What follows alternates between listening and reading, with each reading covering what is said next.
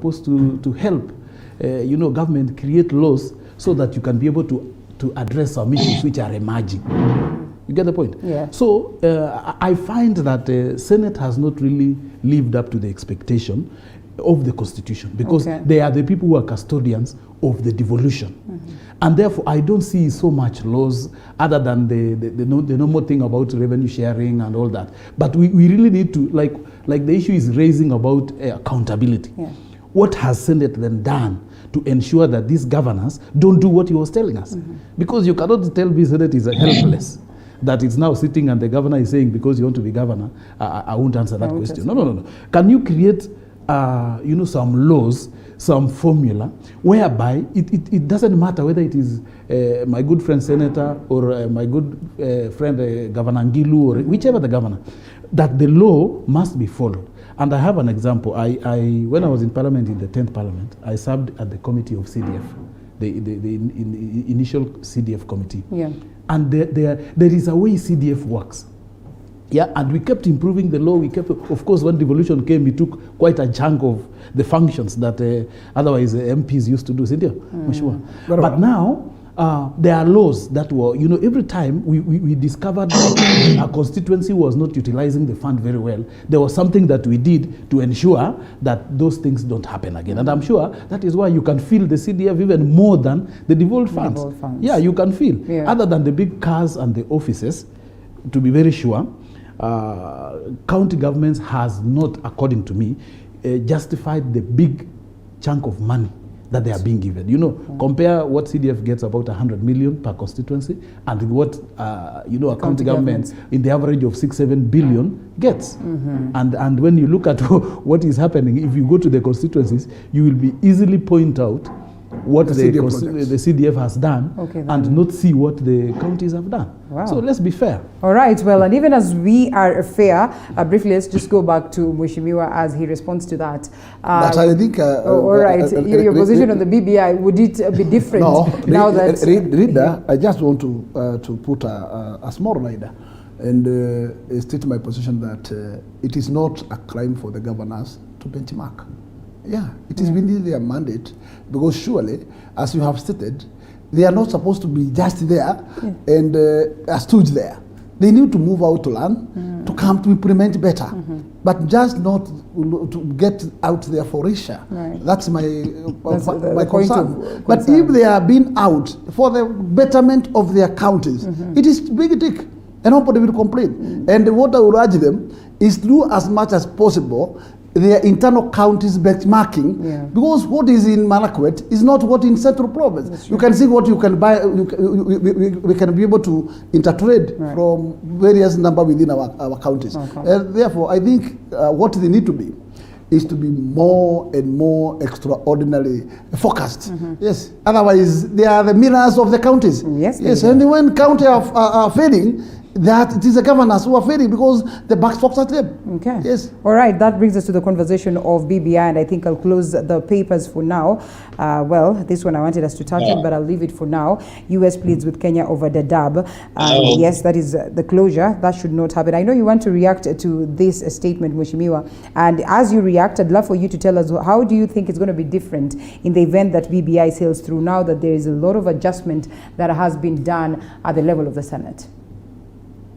Now, before we even go to BBI and whether it passes or doesn't pass, I think it's only fair that for the benefit of my colleagues, Washimiwa, to just point out two things. One, the Constitution is very clear that county governments, their operations are supposed to mirror the structures in the national government. There is no better way of doing that than having constant interrelations between national government and county governments. This thing about insisting on governors being on ground, there's a problem with that, by the way. The problem is you begin to create a bigger than life image. You begin to create the wrong impression that devolution is equal to governor. It is not. Devolution is much bigger than an individual governor. And what governors are supposed to do, and I like what Mheshimiwa just said, is step out there and benchmark and push forward the agenda of transfer of best practices between counties. That's how we're going to build and strengthen devolution. Secondly, on the issue of whether the Senate has done enough to push the devolution agenda, I think my brother, my friend, Mheshimiwa Magarel, is being a little too harsh on the Senate because, and I don't go very far. I will give him an example of what happened last month. I personally pushed a bill, the Ndengu bill, through the Senate to ensure that counties that grow Ndengu get full support from both national and county governments for farming, for harvesting, for marketing. That's just last month. I mean, and that's just me, one person. A lot more senators have done so much in terms of legislation to anchor devolution, ensure that counties succeed. Lastly, we are doing this with zero funds for oversight. We have to do our own small little oversight activities and wait for the report of the Auditor General to look at the audit queries raised in the counties and then bring the governance to account. So I was hoping that this BBI, but it has not happened, I was hoping that this BBI was going to establish a fund, an oversight fund, for the Senate, not for senators, for the Senate, to undertake the responsibilities of oversight. Now, that has not happened. So, to that end, I'm not sure BBI is helping the cause of devolution in any way. All right, well, and the BBI conversation is here. It is a typical, scenario of a D-Day, because the events of today will hugely shape what plays out tomorrow and what the fate of BBI is, as of course Senator would argue. Maybe it's going to be a different affair in the event that the BBI sails through, because then they will be capacitated to probably deal with some of these things. Honorable Magerere, what are your expectations, and do you suppose then if the BBI bill is to sail through as it is, then Senate will be well conformed to make the best of the oversight processes as to matters devolution? Yeah, for me, I really don't have a lot of problems with the BBI, save for a few contentious issues. That you think the Parliament should be given a chance to look at? Constitutionally, I'm not sure whether Parliament will have so much to deal with in terms of, other than the conformity of the laws to the original constitution, to the mother constitution. Because if you open it up, then it nullifies what was taken to the people, to justify those signatures and all those moves, all the way to the county assemblies, save for the spelling errors. Yes, that's again those things we hear, and I don't know how they come about anyway. In my view, Wanjiko should now have a say, the final say. That is on the referendum. And basically, in the design of the constitution is that Parliament will definitely transit it, and it's only there to look at whether the procedures and all those things have been followed correctly, and now that it's time to give Wanjiko a say. I look at some of the areas which are contentious, especially the creation of the constituencies and the distribution. Yeah. And basically, I was part of the 2010 Constitution, and I know we created an independent body called IEBC, which is supposed to basically look at the delineation of those particular constituencies and any boundary. Yeah. However, IBC cannot change the constitution. It is only we, the people, who can change the constitution. So I think there is a small misunderstanding between the expansion or the creation of those seats in the constitution and the actual creation on the ground. I think that is where the misunderstanding is, because the actual creation on the ground should actually be left to IBC, in my view. Hold it right there, Mheshimiwa. Can we pick this phone call from Peter all the way from Kikuyu? Peter, good morning. Hello. Hello, Peter. Jambo. Hello. Yes, Peter. Jambo. Hello. Yes, Peter. Tunakusikia. Jema sasa. Ndio. Bwana kuchangia. Ndio, karibu sana. Ni kwanza tutangia hiyo debate mko nayo. Karibu sana, tunakusikiza. Yes, sasa nilikuwa nauliza. Hamwezi kupata ya kuongea mambo mingi. Halo? Ndio, Peter, endelea, tunakusikiza. Nauliza hii BBI baada ya hii biendelee na tuko na shida hii ya hii ugonjwa umetokea. Na tena tuko na maneno mengine hii. Tuko na maneno mengine hii mnaona inaendelea ya ugonjwa. Tuko na shida nyingine tena. Mambo ya BBI tusimamishe, tusikilie mambo ya vile wizi wa kula. Mtu akishinda akuwe amesemekana ameshinda kwa uchaguzi. Hiyo kwanza waangalie hiyo mambo wajise hiyo shida inatokeanga kila wakati. Mtu kama anagombea kiti ya urais kula kinaikiwa anasemekana hakushinda. Sasa waangalie hiyo loophole mahali kuko na makosa hiyo mambo ya wizi wa kula. Hiyo mambo kwanza isimamishwe. Hiyo this is a very important thing. Badala ya maneno mingi ya kuwa tunasikia mambo kama hayo. Ndio tuweze kuona makosa mahali yanatokeanga. All right, asante sana Peter. But yes, Peter speaks of course, key important issues that when we are reviewing on this document, why don't we review on some of these crucial issues before it goes to the next level? And importantly, what are our, what do we call this thing that mostly people use? They speak of scenario. What is this one thing that is a contentious issue as of now? What should we first address before we get to that aspect of changing the constitution? And though we come and respond to Peter, that should be after this short break.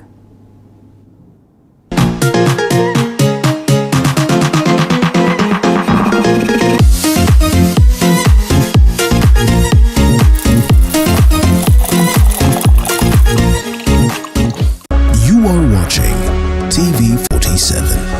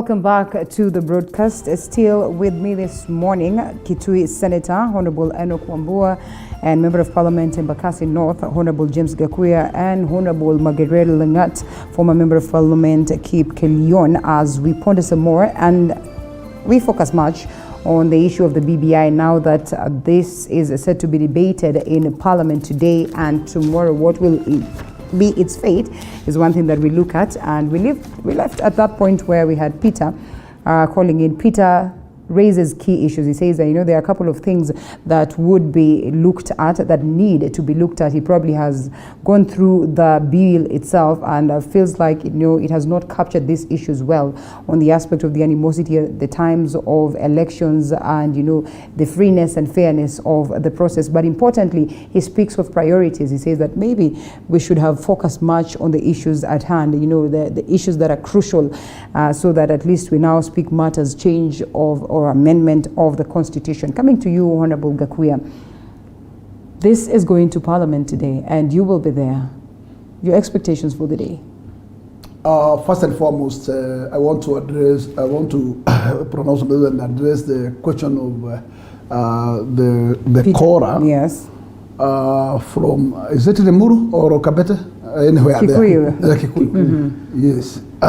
One thing that what I want to just to respond to the Kora is that some areas already overtaken by event, because this particular the route to bring a bill is first to move to the public and take the public views, and areas to do with his interest with the priorities. I think the committee that actually drafted this particular whole bill, and which was entrusted by the two principals to prosecute that matter.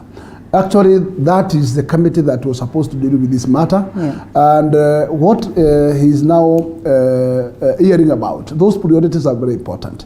But actually, I believe that in fact, at one point, one has to come up with those particular issues, present them as a memorandum or as an individual to that particular committee.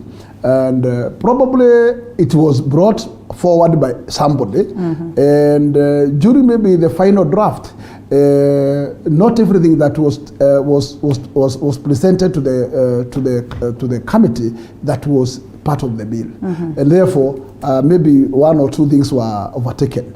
But at the point we are, reader, I just want to tell the caller that it may be impossible. And the monster in the house is that there was a joint committee which was entrusted to handle this matter of this particular bill, and we have witnessed at some stages there were some hiccups where even the current bill, which is now a report, the report from that joint committee, it has a proposal from various members who have indicated that there is an importance of addressing that particular issue of 70 number of constituencies, because some of them have addressed them as unconstitutional. And I think when the matter comes to the floor of the House will be able to vote. And I think what is going to happen, this is not a vote that will require 2/3 of the Parliament. This is a vote that will just require simple majority. And once it attains the simple majority, it just carries the day. Even though that particular report will not carry the simple majority, the simple majority of the House, it will still move to the head of state, because the Constitution has made it very clear that it is unstoppable. The only point that actually is anchored in the Constitution that can stop this process is failure to garner the threshold of 24 number of counties. But since it has passed that particular cycle, whether the Senate may drop or whether the National Assembly may drop the report, it has no mandate by the law to stop there. It must see itself to the head of state, and finally after they are signed by the president, it will see itself to the commission, which is electoral commission. And the biggest other monster is that we have currently, even though we need this referendum tomorrow, and even though the parliament, the bilateral houses will be able to pass it, still we have one more handle, and that handle is that after a sign of this by the head of state, it has what we call a judicial handle, which is a stay that was introduced by the judiciary that has handicapped the commission to proceed with anything to do with the referendum by that commission. And therefore, that is where we shall leave this matter. Today and tomorrow it will be prosecuted in both the House. And I'm telling you, whether either of the House will drop it or approve it, that is not a handle to stop it. It must see itself. But at least it should be by half, at least half. But I can tell you, and I can show it is simple majority. But I can tell you, this document is unstoppable. Whether either house can drop it or not, it will still see itself. It will see the rights of the head of state. Okay, let's take this phone call, Mheshimiwa, and then we come to you, Honorable Senator. Kamau from Nyandarua, good morning. Kamau from Nyandarua, Jambo. Kamau, can you hear us? I can tell Kamau is on the line, but I can't get a hold of him. All right, well, I hope he gets to call again. Coming back to you, to Honorable Senator, and a lot of issues are cropping up, especially on this one of delimitation of electoral units or boundaries, so to speak. Article 89 of the Constitution speaks volumes. There's so much that is involved in this. I have had a sitting with proponents here, and they have read into every single word of this article, and they've given us reasons enough why this is not a mandate of the IEBC, or it will not be going against the expectation of the Constitution if we are to have this conversation as it is. We might not delve into that, but I'd love for you to come in and tell us, well, if we're talking about upholding the rule of law, upholding what it is that is enshrined in the Constitution, then what would be the opening of the Parliament getting a chance to review on the same document as it is? Thank you, Linda. Let me begin by saying that a lot of arguments have been put forward on the role of Parliament in this process. It is true that today both houses of the National Parliament, that is the National Assembly and the Senate, will be looking into this document. The confusion among members, the confusion in the country is the question of, so what? I mean, what is the effect of both houses of Parliament spending 2 days to debate a bill, and yet the outcome of that debate is inconsequential to what the next move will be. Linda, I will begin by saying this. It doesn't matter what interpretations you get from where. The fact remains that the IEBC is a constitutional commission with a constitutional mandate to deal with issues, elections, and issues boundaries. Now, those responsibilities cannot be taken up by a task force. That cannot happen anywhere. Okay. Secondly, we are dealing with a popular initiative because this BBI bill is a product of views collected from across the country. And so the role of Parliament today, in my view, will be just to ventilate on this bill. You may be surprised that the joint the JLAC committees of the National Assembly and the Senate have come up with a report. I know there is also a dissenting view from Senator Sakaja. Yeah. But they've come up with a report that says that the second schedule in the schedule that lists constituencies, the 7 constituencies, is unconstitutional. And the dilemma for me is there's a report that says a part of the bill is unconstitutional. And then I'm being invited to vote on that bill and pass it on to the Kenyan people after admitting that it's unconstitutional. That I will leave for Kenyans to debate and agree on, but my conscience is very, very clear. I am a representative of the people of Kitui County. They have delegated their sovereignty on matters of legislation to me, and so I must listen to what they're saying and do what they want. I think it's as simple as that. All right, well, we eagerly wait to see what it is that they are going to do, that is on behalf of the people, especially the members of parliament who represent the people in parliament hugely. I had Honorable Sankok yesterday, and with bated breath, he said they are going to quash this process because they cannot be a conveyor belt. They cannot be, you know, a ceremonial in how they address these issues that are of crucial importance. What are your expectations for the day?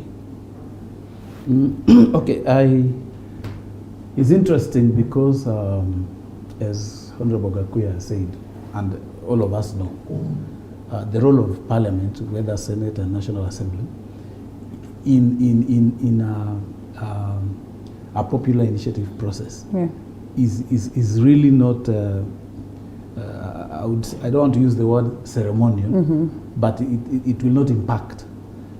Where this thing was supposed to have been stopped is at the counties. And since it has passed, now the final say is going to be held by the people. Do you suppose that we should have a review of the same, that is on the Constitution, another time that we'll be having a conversation of amending or changing the Constitution?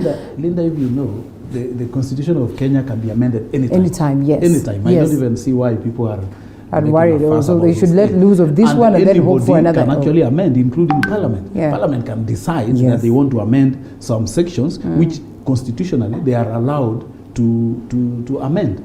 And there is nothing wrong with that. They can always do it. They can do it as soon as we finish this one, and they want to do it again. Now, my issue was on that, the functionality of IBC.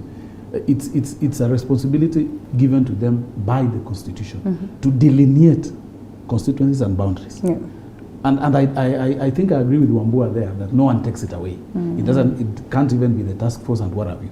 But what the task force can do is to recommend that the Constitution increases the number of constituencies by those 70 if they want, or even a lesser number or a higher number. And in my view, it should have stopped at there. So that now it's upon the IBC to see, so how do we allocate these, pending or looking at the criteria that has been set to them by the Constitution. So if the task force actually went ahead to recommend that, it is something that can be challenged in court. But in my view, it should not stop the other gains that BBI carries. Because especially this is something that can be challenged in court later, being told, okay, the 70 constituencies have been created, but wait a minute, it cannot be created in the form. And I'm sure the Court of Kenya can pronounce itself to some of these things. Or the National Assembly or the Parliament in general can begin to want to change a little bit of that. But basically, I think BBI was a greatly discussed document. It's broad. It looks at so many things. There are so many good things in it. You talk about the creation of the National Youth Commission, issues about Health Commission. There are things which we want. Enhancement of the fight against corruption. The Health Commission is a factor right now. The health fraternity is so much disgruntled by the fact that this was not incorporated in the document. And so I have had individuals who were supporting the document. The commission was deleted. A review later, Initially, later, no, it's actually not in totality, like it's going to be a health commission. And I have had a series of health practitioners here. They were initially supporting the document on the initial stages until it got to a point where all the interests of the health sector had not been met, and so they decided we're not going to Linda, what I can say, you don't expect a document to meet all your expectations. Right. Even if we sit here 2 years, 10 years, even if we form how many task forces, it can never take 100% of everybody's interest. But for me, just like the way we moved on with the 2010 Constitution, and I was a proponent of the 2010 Constitution, there are gains, and you can see now even the document that requires change is becoming smaller and smaller. If you look at the original discussions about the entire Constitution, it was a voluminous thing. But now, with time, we have domesticated some gains. They have served us very well. But again, we realize that there are a few things which we need to do. And I think the drafters of the Constitution were very alive to the fact that they may not have carried everything at that time. That is why an amendment chapter was included in the Constitution, and therefore it will still be amended even after this. Let nobody think that BBI is the final amendment in the Constitution. It will still be amended, and a few other things will be done until the Republic of Kenya and the people feel that now we can work with a document like this. So for me, I would urge the members of Parliament just to allow this thing to go through, and allow Wanjiko to make a decision. And of course, the timelines are crucial on this one. Would you agree with what it is? Remember, Linda, you are overtaking me. Okay. All right, Honorable Senator, hold it right there so that we can hear what it is. Of course. Really, this matter to do with the 70 number of constituencies is becoming a big animal in the House. And my take on this is very simple.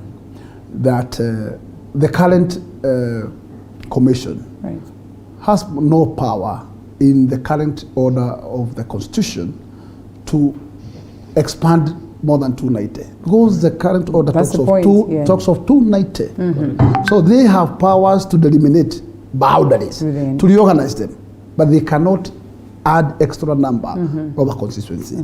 So in this particular case, I think I am not a BBI propagator, but in this particular aspect, I would say, if those proponents that are actually finding it difficult to pass the 70 constitutions as they are, they also have to consider this. It cannot, the bill cannot be opened just to address a particular issue. Then they must be prepared to deal with the rest of amendments, because once you open for everything, because you open for debate, and this is it. You cannot put in a limitation, and that's the order. Number two, if we are wise enough, and still we need to do extra number of constituencies, then do you want to say the task force was a fool? The task force was wise because they knew there's a caveat by the current order to expand the number of constituencies beyond 290. And therefore, this new child known as BBI is addressing that caveat because it is now addressing 70. Where they could be bringing issue is the manner of distribution. And they can, because surely, even though it has areas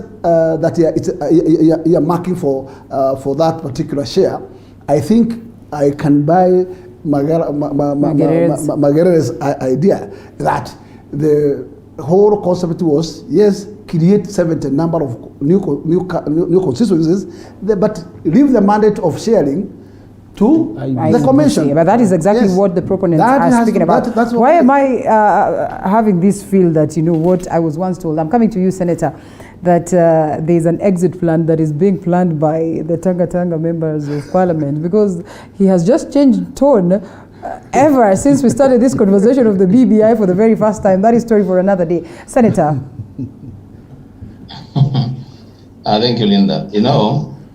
I want to address myself to two issues. One, remember what you're dealing with here is a constitutional bill.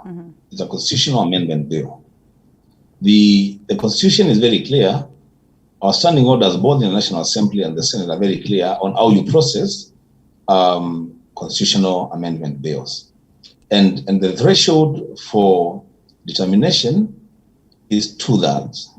Now, here's a situation where we are dealing with a constitutional amendment bill whose threshold is simple majority, which means in the Senate, if you acquire a quorum of 15, because that's our quorum, 8 members will determine the outcome in the Senate of this bill. Secondly, it should be known by Kenyans that I'm actually informed that there may be no debate on the report of the joint jailer. Now, that presents a serious issue. All bills, and Washimiwas will tell you, all bills which have gone through a committee process are accompanied by a report, which report informs debate prior to taking a position on the bill. But I'm told today we will be going straight into debating the BBI bill without going through the report. Now, what am I trying to say? I'm trying to say, I'm hearing my colleagues talking about we can't address everything at the same time, which makes a lot of sense, by the way. We cannot. We can't give, this is not the last time that we are doing a constitutional amendment. This is the last time we are doing a referendum. There will be more of this.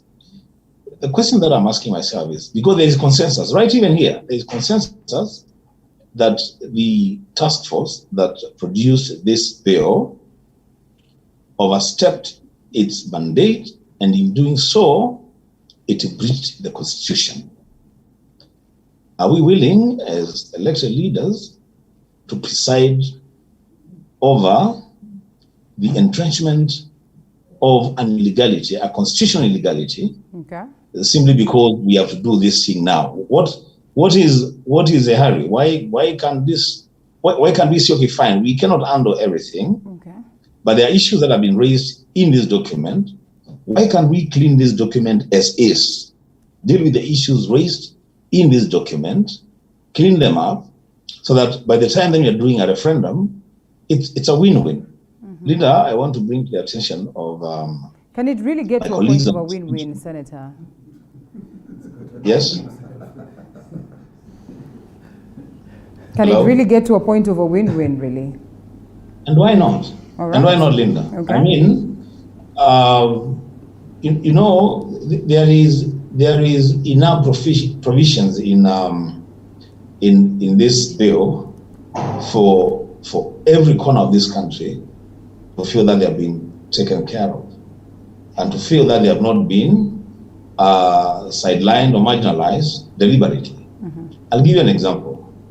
On the 16th of March, I personally appeared before the Joint Justice and Legal Affairs Committee of the Senate and the National Assembly, where I presented a memorandum on the issues that the people of Kitui felt had been left out in this bill.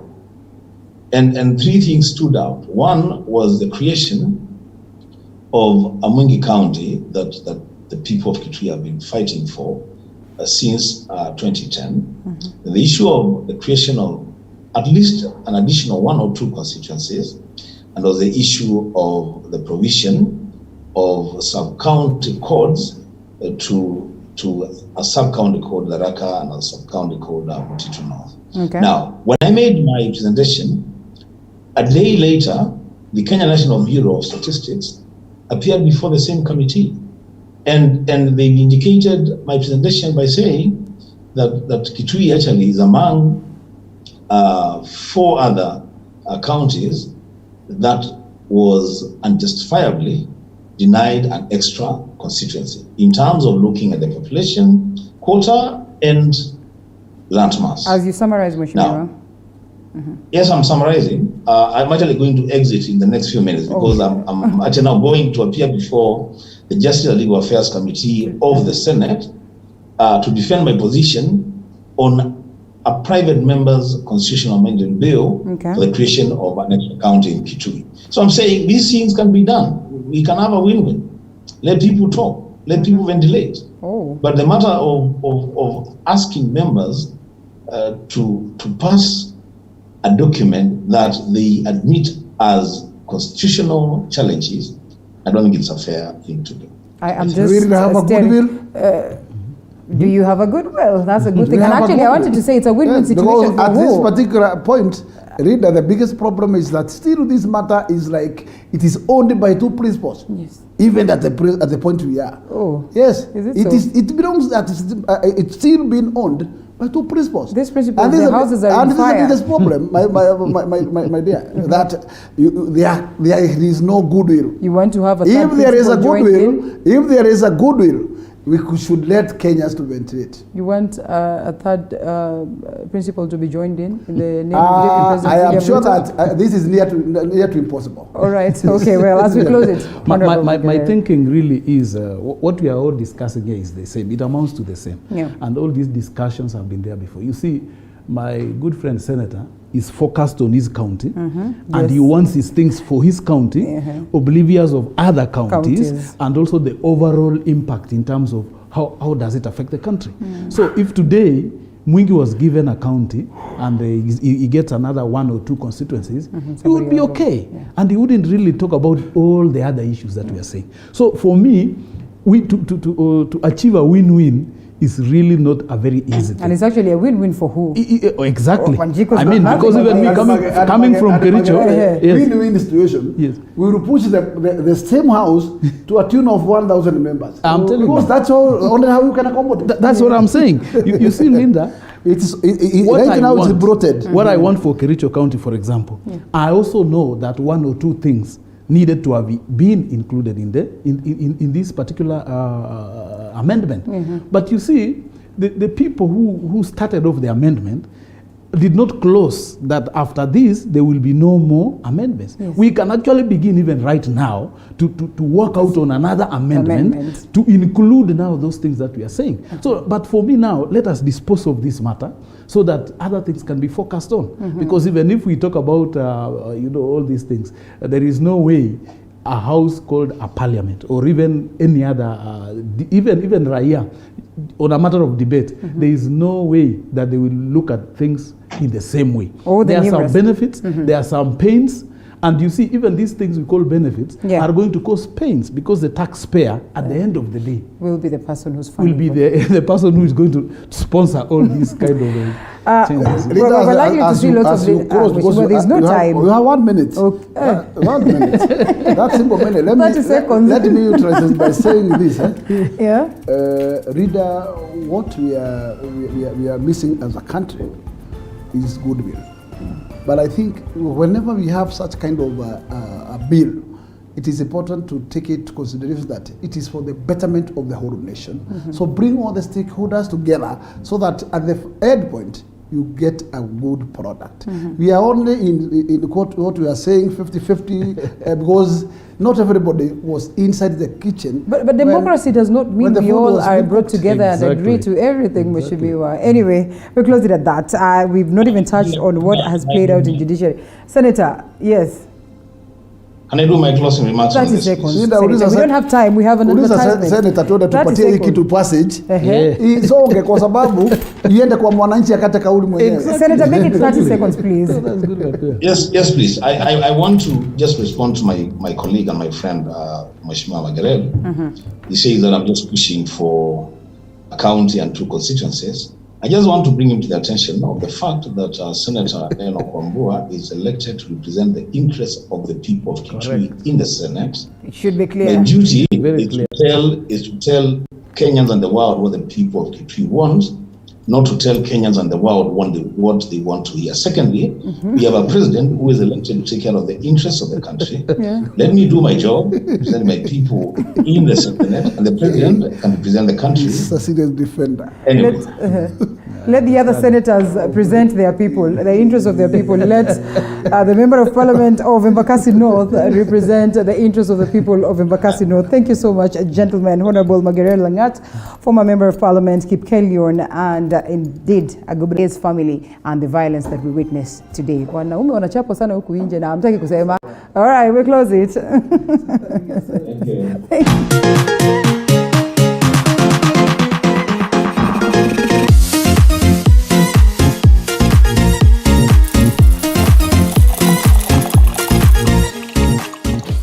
You are watching TV 47.